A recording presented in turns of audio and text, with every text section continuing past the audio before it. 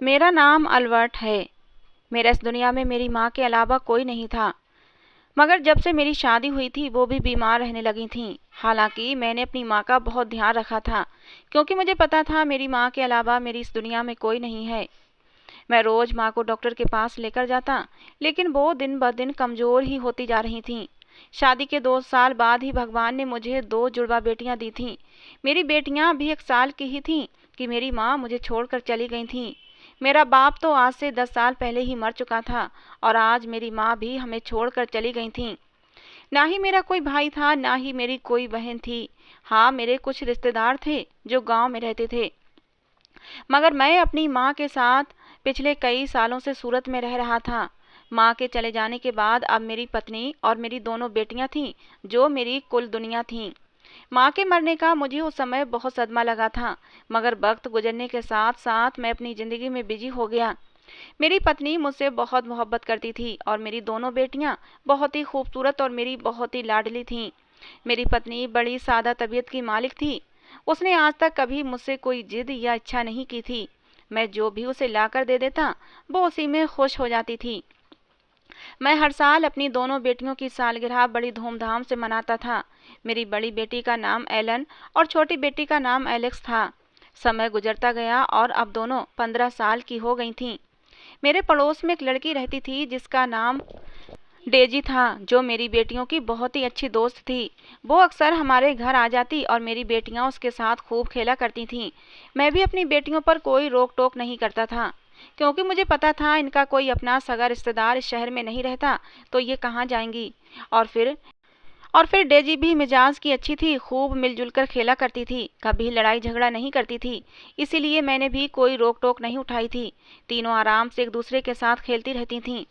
आज मेरी दोनों बेटियों की सालगिरह थी, और हर साल की तरह आज भी मैं ऑफिस से निकलने के बाद सीधा बाजार चला गया था, जहां से मैंने अपनी दोनों बेटियों के लिए गिफ्ट खरीदे थे। इसी खुशी में मेरी बेटियां अपना घर भी सजा रही थीं, और मेरी बेटियों ने अपनी पसंद का केक भी ऑर्डर कर दिया था। बाजार में मुझे काफ़ी देर हो गई थी, और आज तो मेरा मोबाइल भी बंद हो गया था, क्योंकि उसकी चार्जिंग ख़त्म हो चुकी थी। मगर जब घर पहुंचा तो सामने का मंजर देखकर मैं दहल उठा था। मेरी चीख निकल गई थी।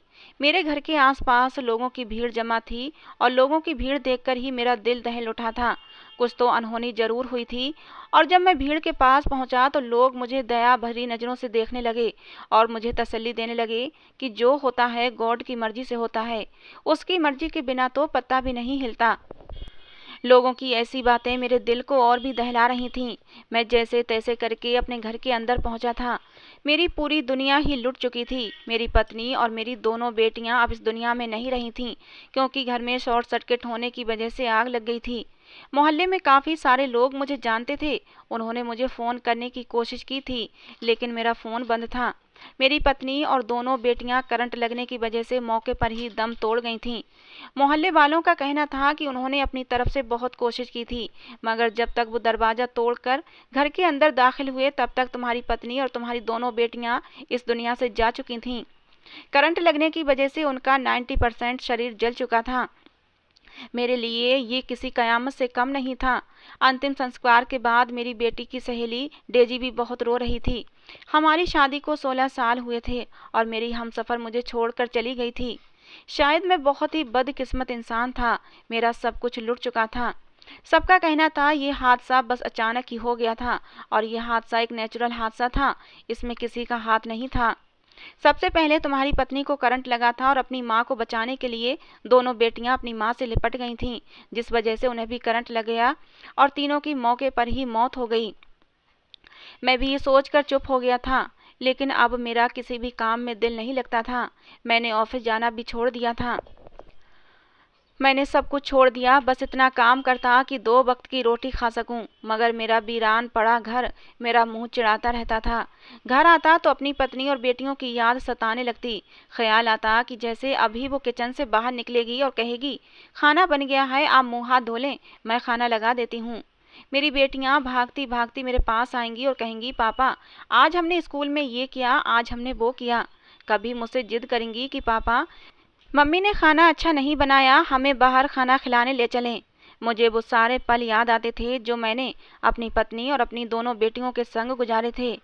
मैं जब भी ऑफिस से घर आता था तब अपनी बेटियों को देखकर मेरे पूरे दिन की थकान उतर जाया करती थी और मैं फिर से इस जमाने से लड़ने के लिए तैयार हो जाता था। लेकिन अब ये सब कुछ मुझसे दूर हो गया था। मैंने अपनी ज़िंदगी का मकसद ही बदल लिया था। मैं लोगों की अब मदद किया करता था। मेरा काम तो ऐसा नहीं था। मैं तो पहले एक सीधा-साधा ज़िंदगी जीने वाला इंसान था। घर से ऑफिस जाता और ऑफिस से सीधा अपने परिवार के पास आ जाता था और बचा-खुचा टाइम मैं अपने परिवार के साथ हँसी-खुशी बिताया करता था। लेकिन अब कुछ भी करने का मन नहीं होता था। बस कोई गरीब, मजबूर, लाचार इंसान मिल जाता तो मैं उसकी मदद कर दिया करता था। ऐसा करने से मेरे दिल को थोड़ा-सा सुकून मिल जाया करता था। एक दिन मेरा एक पड़ोसी कहने लगा कि हमारे मोहल्ले में बड़े अजीब से मामले हो रहे हैं। पिछले दिनों जेम्स भाई की बेटी डेजी स्कूल से घर आ रही थी, मगर रास्ते में से उसे कोई उठाकर ले गया और उसके साथ जबरदस्ती करने के बाद वापस गली में फेंक गया है। जेम्स ने मोहल्ले में किसी से कुछ भी नहीं कहा। वो डरता है कि मोहल्ले वाले मेरी बेटी का तमाशा बना देंगे। मैंने कहा, तमाशा तो पहले ही बन चुका था। वो मोहल्ले वालों को बताएगा तो कोई उसकी मदद करेगा। आजकल तो ऐसे ऐसे तरीके आ गए हैं कि इंसान पकड़ा ही जाता है। डीएनए टेस्ट करवा लिया जाए तो सब पता चल जाता है। जिसने डेजी के साथ ऐसा किया है, अब वो दोबारा भी तो किसी के साथ ऐसी हरकत कर सकता है। उस आदमी ने कहा कि यही बात तो हम उसे समझाने की कोशिश कर रहे थे, लेकिन जिसकी बेटी है वो सामने आना ही नहीं चाहता। वो कहता है कि बस जितना बुरा हमारे साथ होना था हो गया है, अब हम अपना तमाशा नहीं बनाना चाहते। अगर मैं पुलिस में रिपोर्ट करूंगा तो मेरी बेटी का तमाशा बन जाएगा, उसकी खबर अखबारों और टीवी में चलाई जाएगी, जो कि मैं बिल्कुल भी नहीं चाहता।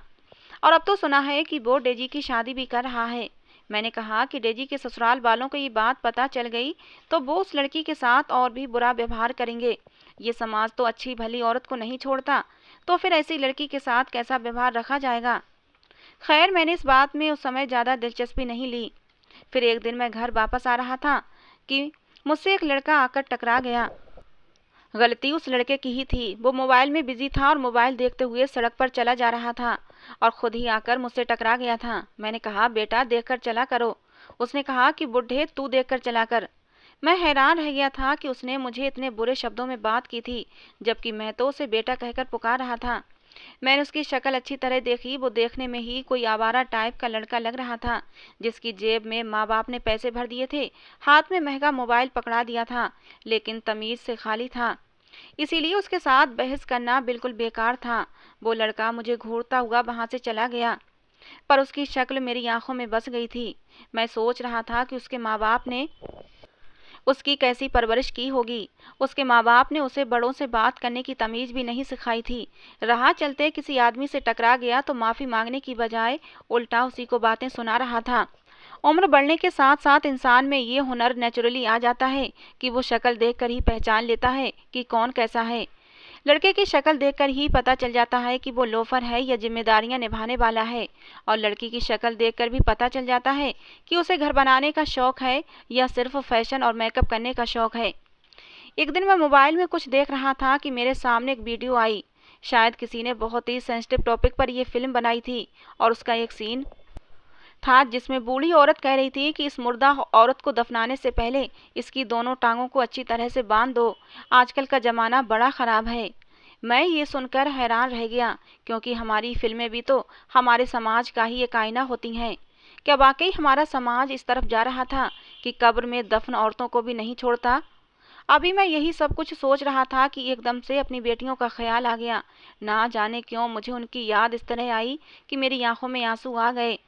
अभी मैं अपने आंसू साफ कर रहा था कि एक लड़का वहां पर भागता हुआ आया। उसने कहा कि वो लड़की डेजी जिसके साथ जबरदस्ती की गई थी, उसका बाप उसकी शादी करना चाहता था, लेकिन उस लड़की ने नींद की गोलियां खा ली हैं और वो मर चुकी है। अब उसका बाप कहता है कि मेरी बेटी के अंतिम संस्कार में कोई भी नहीं जाए। वो अपनी बेटी के ताबूत के आसपास घूम रहा है और किसी को भी उस ताबूत के पास नहीं आने देता।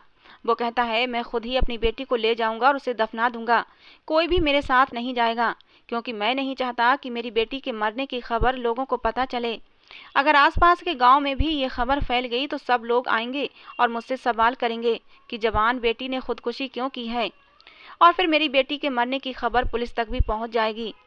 मैंने अपना सर पकड़ लिया, क्योंकि मैं उस इंसान को अच्छी तरह से जानता था और उसकी बेटी डेजी मेरी बेटियों की बहुत अच्छी सहेली भी थी, इसीलिए डेजी से मुझे बेटियों जैसा लगाव हो गया था।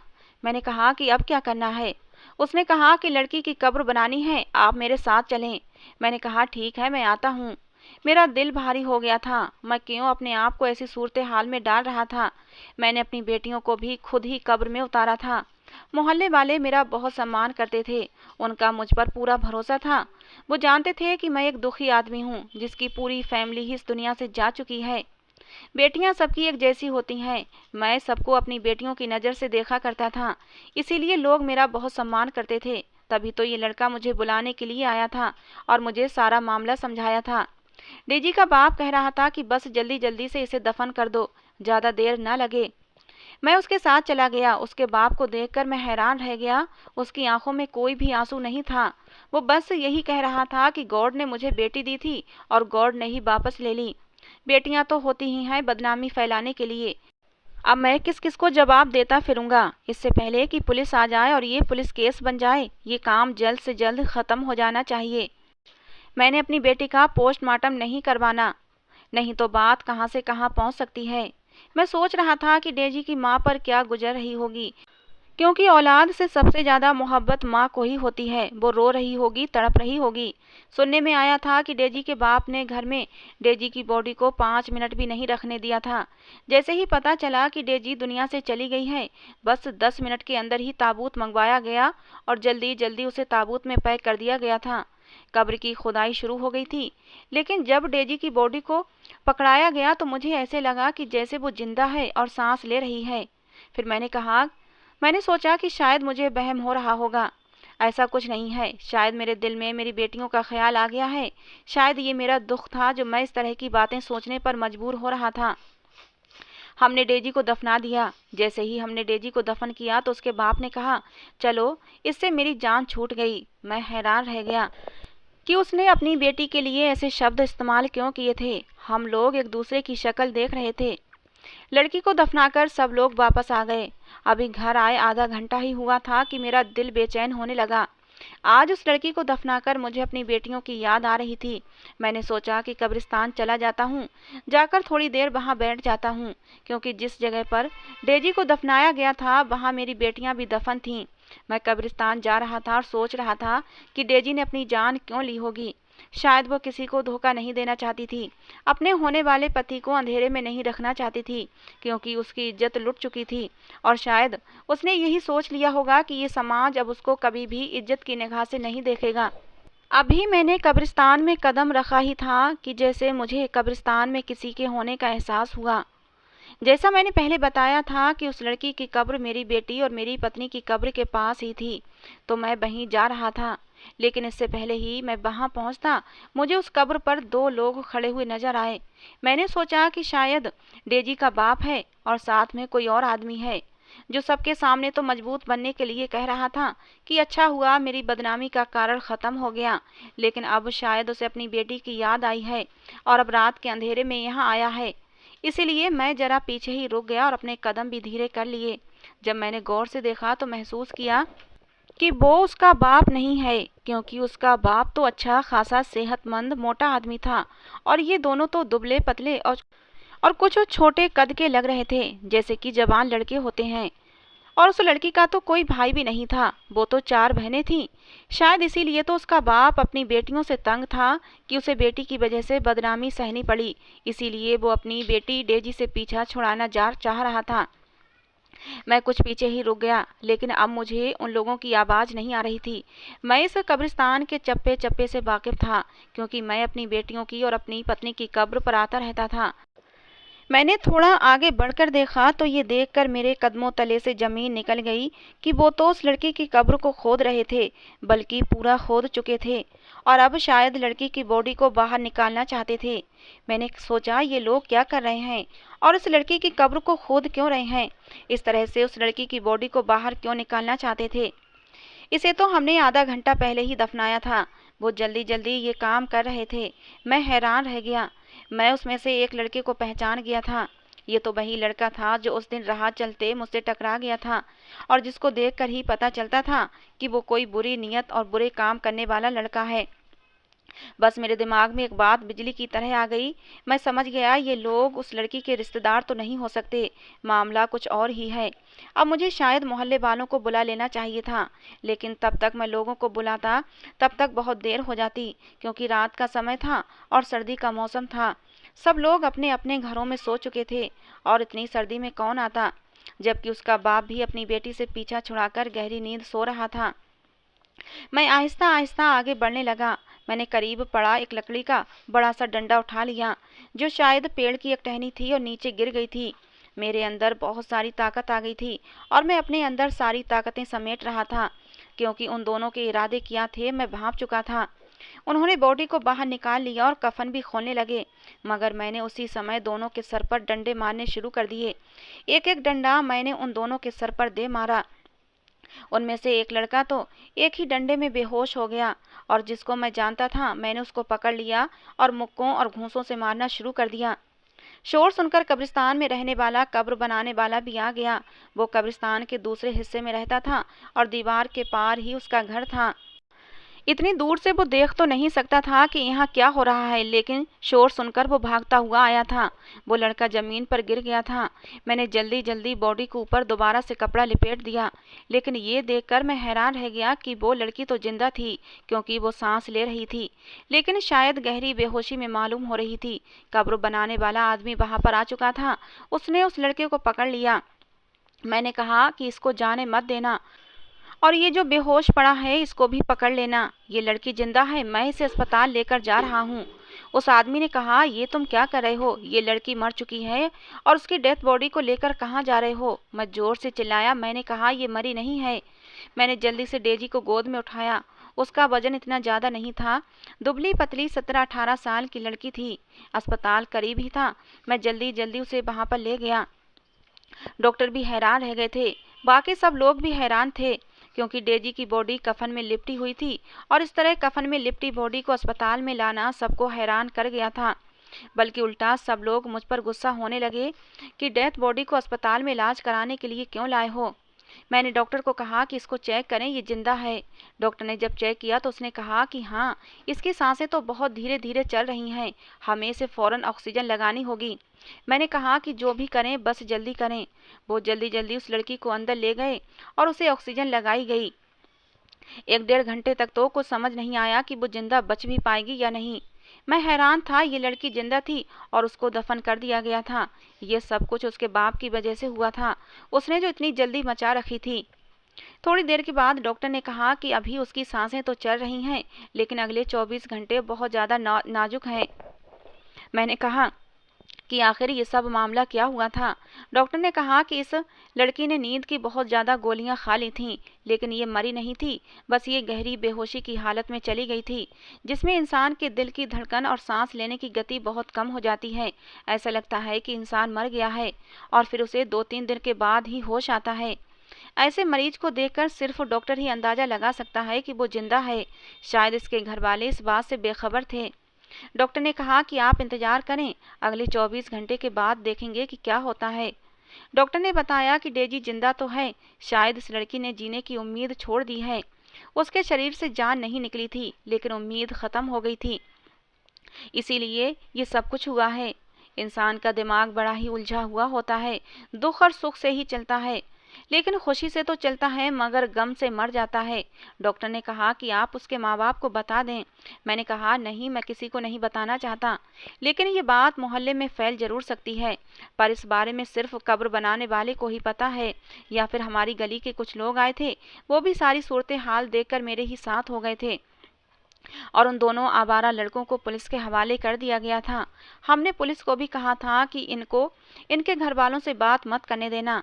पुलिस वालों ने कहा कि बात करना तो दूर की बात है, पहले तो हम इनकी अच्छे से खातिरदारी करेंगे।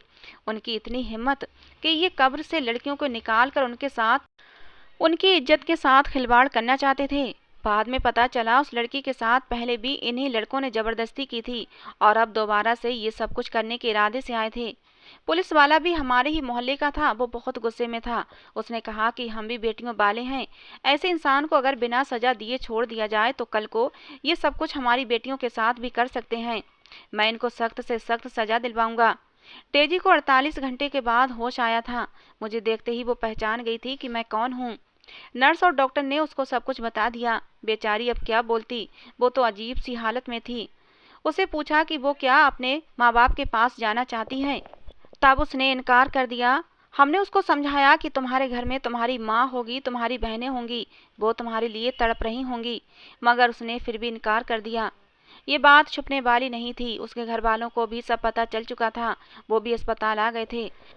डेजी की माँ उससे लिपटकर ऐसी रोई कि हम सबकी आंखों में भी आंसू आ गए थे। उसने कहा, ये मेरी बड़ी बेटी है, मेरी पहली औलाद है, मैं इसके बगैर कैसे रह सकती हूँ। उसने अपने पति से कहा कि मैं आपको कभी माफ़ नहीं करूँगी। डेजी के बाप का सर शर्मिंदगी से झुक गया था और सबने उसे समझाया कि तुम्हारी बेटी ने खुद किसी के साथ कोई गलत काम नहीं किया था, बल्कि उसके साथ तो ज़बरदस्ती की गई थी, और जिसने उसके साथ ये जुल्म किया था वो भी पकड़ा गया है। अब डेजी का बाप बहुत ज़्यादा शर्मिंदा था, वो भी रोना लगा। अपनी बेटी की तरफ हाथ बढ़ाया तो उसकी बेटी उससे डरकर पीछे हट गई। ये मंजर देखकर वो फूट फूट कर रोने लगा और गॉड से माफ़ी मांगने लगा।